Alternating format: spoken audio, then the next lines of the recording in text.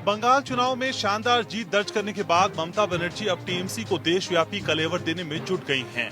TMC सूत्रों के मुताबिक ममता बनर्जी अगले साल होने वाले उत्तर प्रदेश, उत्तराखंड और पंजाब में होने वाले चुनाव में अपने उम्मीदवार उतारेंगी। इसके लिए अभी से तैयारी भी शुरू हो गई है। पार्टी का खास फोकस यूपी पर रहेगा। 2024 में लोकसभा चुनाव होने हैं और टीएमसी को मालूम है कि दिल्ली की गद्दी का रास्ता 80 सांसदों वाले उत्तर प्रदेश के जरिए जाता है। उत्तर प्रदेश में टीएमसी ने संपर्क साधना शुरू कर दिया है। लगभग मरणासन हो चुकी बहुजन समाज पार्टी के कई नेता उसके संपर्क में हैं। सूत्रों की माने तो मायावती के बेहद करीबी सतीश चंद्र मिश्रा से भी टीएमसी का संपर्क बना हुआ है। समाजवादी पार्टी के साथ हाथ मिलाने पर भी विचार विमर्श हो रहा है। हालांकि अभी ये स्पष्ट नहीं हुआ है कि टीएमसी इन राज्यों में अपने सहयोगी की तलाश करेगी या फिर अकेले ही चुनाव लड़ेगी। यूपी में चुनाव का प्रमुख संभावित मुद्दा कोरोना काल का कुप्रबंधन रहेगा। अब क्योंकि बंगाल के मुख्यमंत्री खुद एक महिला हैं, इसलिए महिला वोटर्स को लुभाने के लिए भी रणनीति बनाई जा रही है। इसके अलावा किसान समुदाय के मुद्दों को उठाने के बारे में भी विचार चल रहा है। इसी कड़ी में भारतीय किसान यूनियन के नेता राकेश टिकैत बुधवार को ममता बनर्जी से कोलकाता में मुलाकात करेंगे। सूत्रों के मुताबिक दोनों के बीच केंद्र के कृषि कानूनों के खिलाफ किसान आंदोलन को लेकर आगे की रणनीति पर चर्चा होगी। उत्तर प्रदेश में बीजेपी को चुनौती देने के लिए बीजेपी के ही नक्शे कदम पर चलने की तैयारी हो रही है।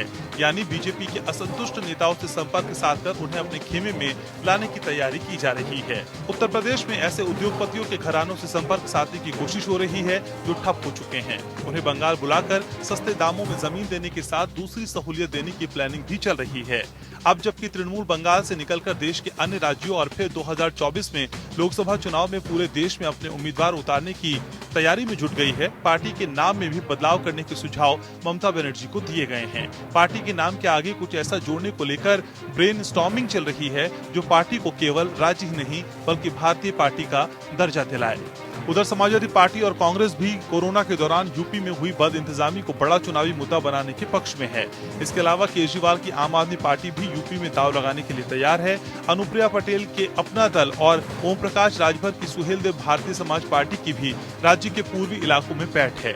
बिहार और बंगाल चुनाव में देखा गया कि मुस्लिम मतदाता ने एकजुट होकर बीजेपी को हराने वाले उम्मीदवार को वोट दिया है।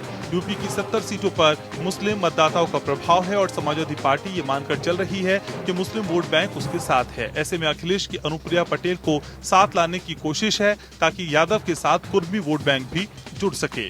टीएमसी यूपी में क्या कुछ कर पाती है ये तो अभी कह पाना मुश्किल है, लेकिन इतना जरूर है कि बीजेपी को इन चुनाव में विपक्ष की ओर से कड़ी चुनौती मिलेगी। Bureau report.